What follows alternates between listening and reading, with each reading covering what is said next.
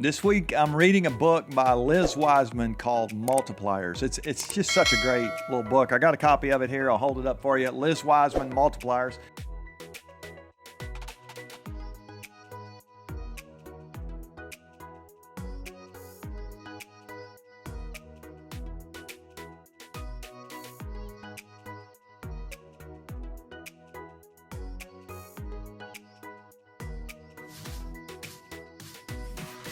And I want to take just a second here and review a couple of things. Really, the biggest idea from this book is that she says some people are multipliers and some people are what she calls diminishers. Now, I want to just unpack this for 1 second here. We talk about on our podcast, we have a Chasing Greatness podcast, and we say the people who really are chasing greatness understand that they're not just trying to be great, but they're honestly helping other people become great as well.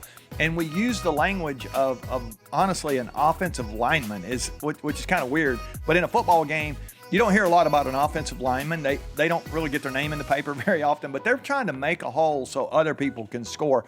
And that's really the mindset of these multipliers that Liz talks about. She says that there are multipliers and diminishers. Now, the diminisher side of things, you've probably felt this before. You've been around somebody who just sort of, they just make everybody feel smaller.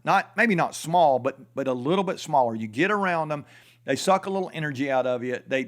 You just feel like you never measure up. The expectations can't be met if we're not careful. And we can become diminishers rather than multipliers. Multipliers put life into people. They make people feel bigger than they really are. Maybe even sometimes they believe stuff about us that we might not even believe about ourselves. I love being around people like that.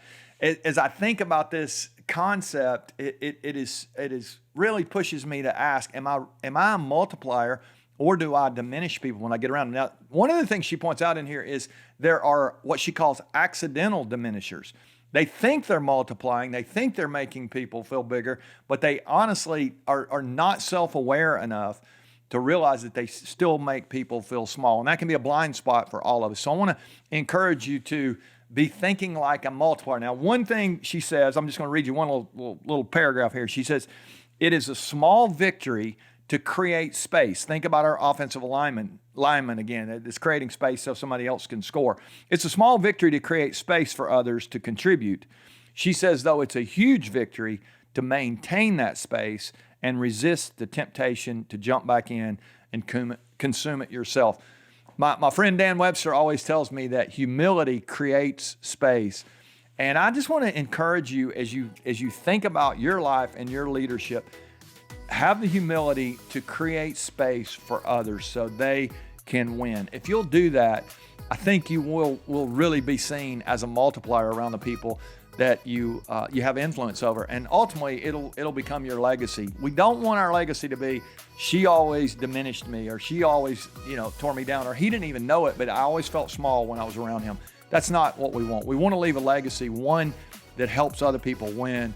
That's the way, if you really want to chase greatness, it's not just about you being great, it's about helping other people be great. Ultimately, it's about becoming a multiplier. Get Liz's book, it's really great.